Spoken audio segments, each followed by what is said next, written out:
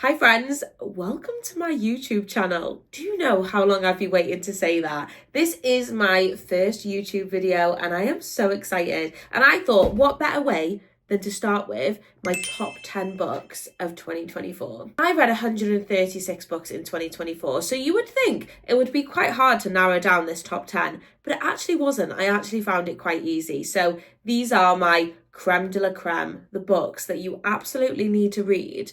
And if you don't like them, we can't be friends. I've been making book talk videos for over 2 years now, and I've always wanted to do Booktube, but it's always just felt a bit overwhelming and I wasn't really sure how to do it. But you know what? It's 2025. I just thought I'm going to jump in and what's the worst that can happen? So please subscribe. I'm going to try and upload once a week and I've got loads of ideas and I'm so excited because I love Booktube. I watch Booktube all the time and I have done for years. So now it's time to put my little corner on the internet. And when I say top 10, I really have done it top 10. We've got 10th, 9th, 8th, etc. So let's start with number 10. In 10th place, we've got The Maid by Nita Prose. Now, this has been on my radar for the longest time, and I don't know why, I've just never gravitated towards it. But oh my God, I absolutely loved it. In this book, we follow Molly the maid. She is a hotel cleaner, and one day she comes across a body, and she is the prime suspect. That's plain. One thing I've realised is going to be a problem is I live on a flight path, so I'm hoping you can't hear that aeroplane. The best way I can describe this is a cosy mystery. The stakes are low considering the topic. And the reason I loved it so much was because of Molly the Maid. If you're a fan of Strange Sally Diamond by Liz Nugent, I really think you would like this. Or Eleanor Oliphant is completely fine as well. Molly is just one of the best characters. I don't think it's expressly said that she is neurodivergent, but she is just so quirky, so fun, so cute. I want to be her friend. In 9th place, we've got Catherine Ryan Howard's The Trap. Now, this has earned its place in the top 10, specifically for that twist alone. I read a lot of thriller books. Thriller books are the books I absolutely love the most and will always gravitate towards too.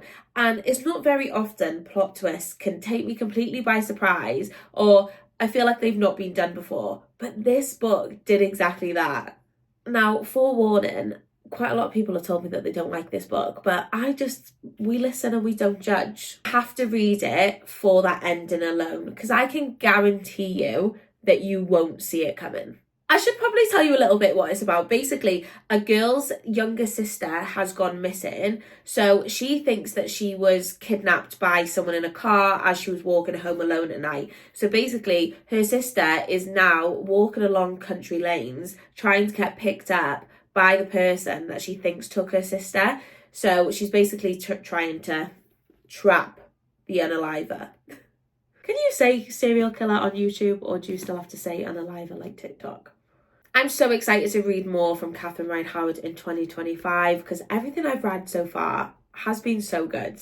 In 8th place, we've got The Family Experiment by John Marrs. John Marrs is actually one of my favourite authors of all time. I've read everything that he has published. John Marrs writes 2 types of thrillers. He writes your standard psychological thrillers, and then he also writes dystopian Black Mirror style thrillers also, which is what this falls under. This is set in the very near future where people can no longer afford to have children as the cost of living is too high. Do you see what I mean when I said near future? So instead, people are having virtual VR babies, think like Tamagotchis, and there's now a game show where 10 couples are going to compete to win their own virtual reality child. I want to be inside John Marrs's brain because I don't know how he thinks of the things that he does. His dystopian thrillers blow my mind. The One by John Marrs is my favourite book of all time. Nothing will ever top it. It's also told through bits of mixed media as well, which I really like. I'm a big fan of mixed media in books. And yeah, this is so good. Highly recommend. Not to show off, but this is a signed copy from John,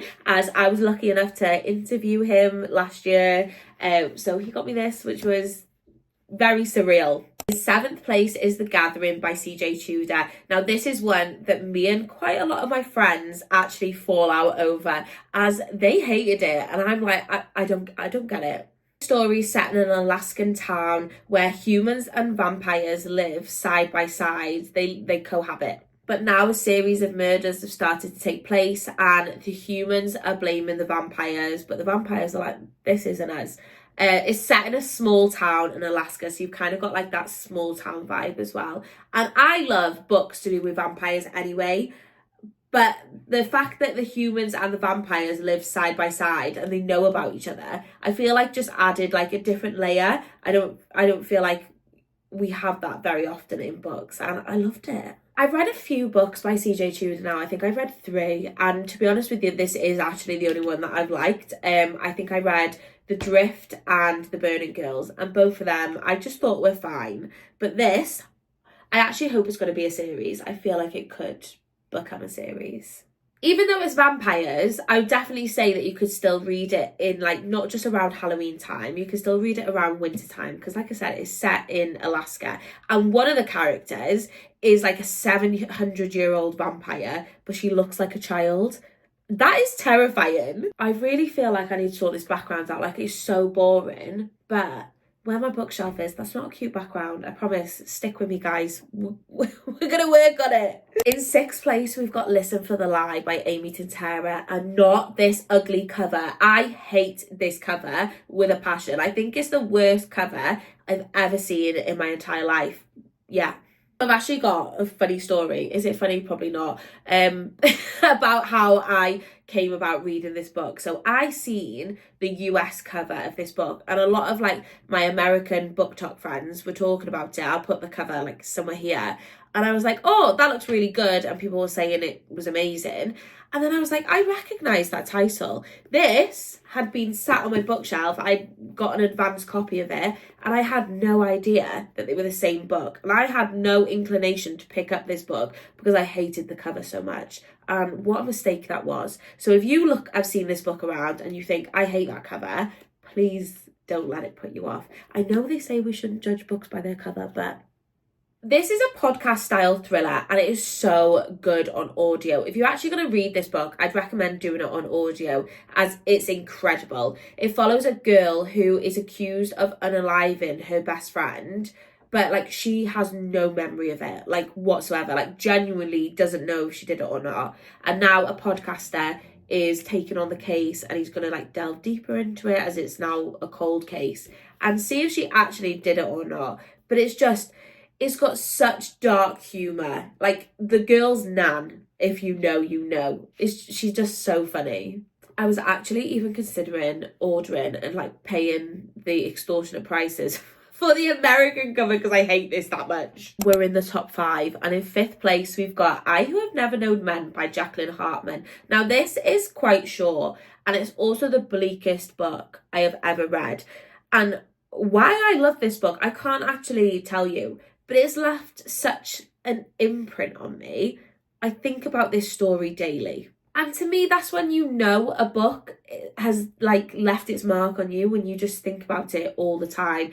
This follows 39 women and a child who wake up and they are locked underground in a cage and they have no memory of how they got there. One day an alarm goes off and they are free. They just walk out. But what greets them on the outside is nothing like they could expect. And we get to follow the child's point of view in this book, and it's just the most heartbreaking book I've ever read. It's so short. I'm going to do a reread soon, but wow.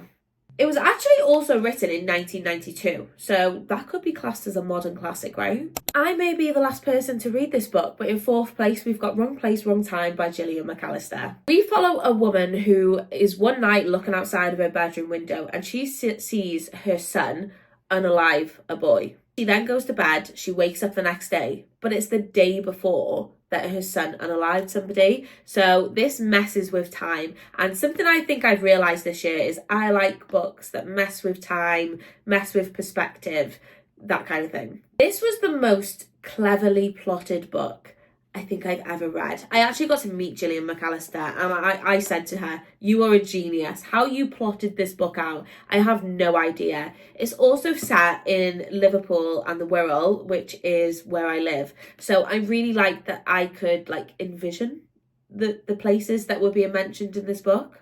I've also forced like everyone in my book club to read this. I'm like passing round a hardback copy to everyone and like, read it, read it. And to be fair, nobody's loved it as much as I did. But in third place is Cackle by Rachel Harrison. And this was actually the first book I read in 2024. So no pressure on the first book I read in 2025. But yeah. This is a cozy, witchy, feminist horror where we follow Sophie, who has moved to a new town as she wants a fresh start. She's just about to hit 30 and her boyfriend has dumped her. So she's like, I need a new start. And in this small town, she meets Sophie, who befriends her, and the friendship that ensues from it is just, oh, I love it. And Ralph, if you know, you know. I'm actually getting a tattoo of Ralph on my body. Rachel Harrison is another one of my favourite authors. Black Sheep was my best book of 2023. I actually annotated this when I read it, and I'm absolutely going to be rereading it soon. If you told me at the start of 2024 that a cozy fantasy would be my second best book of the year, I would have laughed in your face. I am not a fantasy girly, but 2024 has made me a cozy fantasy girly. And we've got House in the Cerulean Sea by TJ Klune. This book completely took me by surprise. We follow a man called Linus who works for the Department of Magical Youth, where they basically monitor children that have magical abilities to make sure that they're not causing havoc. He's then sent to this like level 5 house where everything is kept under wraps, and he gets to meet the most amazing group of children that I've ever read about. I don't even like kids. Just a story of found family, good vibes, and oh god, I could cry. I don't cry, and I could cry. A sequel to this book has just come out. It's called Somewhere Beyond the Sea, and it's going to be the first book I read in 2025. I actually read it twice this year. I read it once physically, and then I did a reread of it in December on audio, and the audiobook was actually incredible. So if you like audiobooks, maybe try it on that. And then my best book of 2024, number 1, can I get a drum roll please? I don't have a physical copy because I've borrowed it out, but that is Beautiful Ugly by Alice Feeney. Alice Feeney is another one of my favourite authors. I've also read everything she's ever published, and Beautiful Ugly comes out on the 30th of January 2025. So all I'm saying is, go pre-order this book. There's actually a really beautiful sprayed edge edition, which I think is exclusive to indie bookstores, and wow. I've liked everything Alice Feeney has ever written. However, her last 2 books, which I think are Daisy Darker and Good Bad Girl, I didn't love. So I went into this thinking, oh, is she going to be back? And wow, is Alice Feeney back? In my opinion, this is her best book. This has cemented its place as number 1 in my Alice Feeney backlist ranking. This book was just so twisty. It's not very often a book can make me, like, my phone was lighting up next to me and I had zero interest in picking up my phone. I was just invested in this book from start to finish. This follows Grady, who's an author, and his wife went missing a year ago while she was on the phone to him. He's grieving, he can't sleep, he's got writer's block, so his agent sends him to an island just off the coast of Scotland to try and be in this log cabin and write his next book. But when he gets to this island, he thinks he sees a woman that looks exactly like his wife, but is it? Quite a lot of my friends have now read this book also, and I swear, I don't think that any of them have given it less than 5 stars. So if you don't trust me, trust my friends.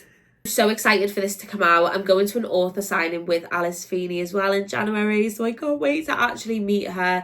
And yeah, please pre-order this book. So that's it. They are my top 10 books of 2024. I hope this has given you like a bit of an insight into my reading taste and the sort of books that I like to read. Please subscribe and thank you for watching. If you got this far, leave me a comment down below and let me know what your best book of 2024 was.